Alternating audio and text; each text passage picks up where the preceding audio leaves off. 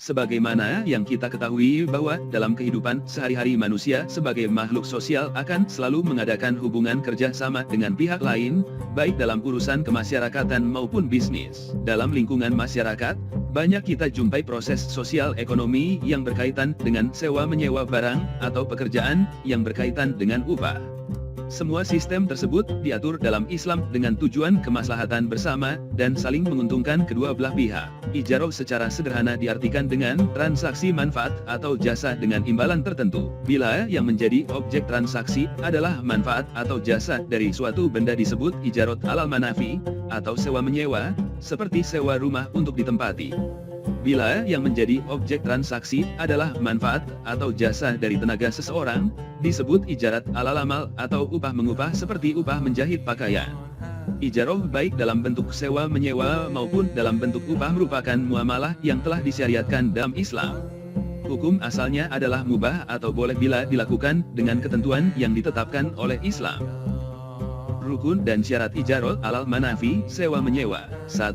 Orang yang menyewakan atau mujir dan orang yang menyewa atau mustajir. Keduanya harus sudah baligh dan berakal sehat dan mempunyai hak tasarruf atau membelanjakan harta. Maka anak kecil atau orang gila tidak sah melakukan akad ijarah. Ijarah juga harus berdasarkan pada asas suka sama suka atau ridho. Dengan demikian, jika ada unsur pemaksaan maka ijarah tidak sah. 2. Barang yang disewakan atau ainul mustajarah. Syaratnya: A. Manfaat harus mutakawwamah atau bernilai secara syariat, diketahui barangnya dan mampu diserahkan.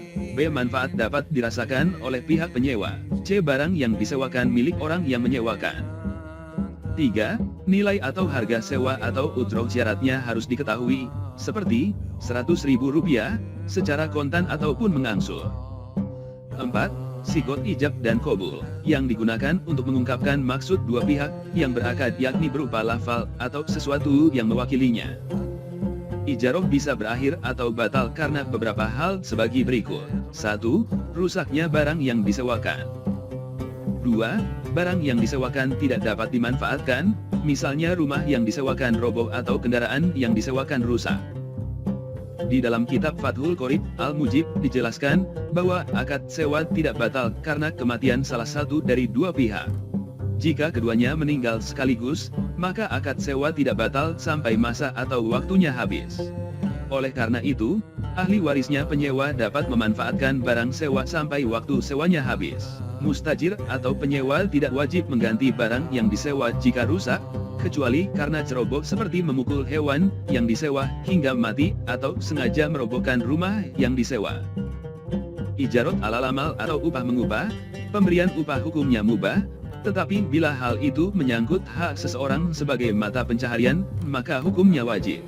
Sebagaimana firman Allah Ta'ala yang artinya, dan jika kamu ingin anakmu disusukan oleh orang lain, maka tidak ada dosa bagimu apabila kamu memberikan pembayaran menurut yang patut. Quran Surat Al-Baqarah ayat 233. Upah merupakan hak pekerja yang harus dibayarkan sesuai dengan jenis pekerjaannya. Menunda-nunda pembayaran upah tidak dibenarkan dalam ajaran Islam, sebab termasuk perbuatan aniaya. Rukun dan syarat ijarah alal amal. 1. Pemberi upah atau mujir dan pekerja atau mustajir, syaratnya berakal sehat dan mumayyiz, serta cakap dalam bertindak dan saling rela. 2. Pekerjaan yang akan dijadikan objek kerja syaratnya harus memiliki manfaat yang jelas dan dapat dikerjakan, seperti mengerjakan pekerjaan proyek, membajak sawah dan sebagainya. 3. Upah atau ujrah disyaratkan diketahui jumlahnya oleh kedua belah pihak, sesuai dengan perjanjian. 4. Sayot atau ijab qabul. Dalam sayot syaratnya harus ada ijab qabul. Misalnya mujir berkata, saya pekerjakan Anda dalam proyek ini selama 2 bulan dengan upah perharinya Rp75.000, kemudian mustajir menjawab, saya bersedia. Tata cara membayar upah. Secara umum, pemberian upah dilakukan ketika pekerjaan itu selesai, sama halnya dengan jual beli yang pembayarannya pada waktu itu juga. Terkait dengan upah, pembayarannya bisa diberikan sebelum mustajir atau karyawan bekerja, ataupun setelah pekerjaan itu selesai. Hal itu tergantung kesepakatan dari kedua belah pihak. Kesepakatan kerjasama ini bisa dituangkan dalam perjanjian kontrak kerja yang ditandatangani oleh kedua belah pihak. Namun demikian, memberikan upah lebih dahulu adalah lebih baik, dalam rangka membangun asas kepercayaan antara mujir dan mustajir. Apalagi jika mustajir sangat memerlukan uang untuk kebutuhan biaya makan keluarga dan dirinya sehari-hari. Adapun hikmah disyariatkannya ijarah atau upah antara lain. 1. Membina ketentraman dan kebahagiaan. Dengan adanya ijarah akan mampu membina kerjasama antara mujir dan mustajir sehingga dapat menciptakan kedamaian di hati mereka. 2. Memenuhi nafkah keluarga. Dengan adanya upah yang diterima oleh mustajir, maka kewajiban tersebut dapat dipenuhi. 3. Memenuhi hajat hidup masyarakat. Dengan adanya transaksi ijarah khususnya yang terkait dengan jasa, maka akan mampu memenuhi hajat hidup masyarakat, baik yang ikut bekerja maupun yang menikmati hasil pekerjaan tersebut.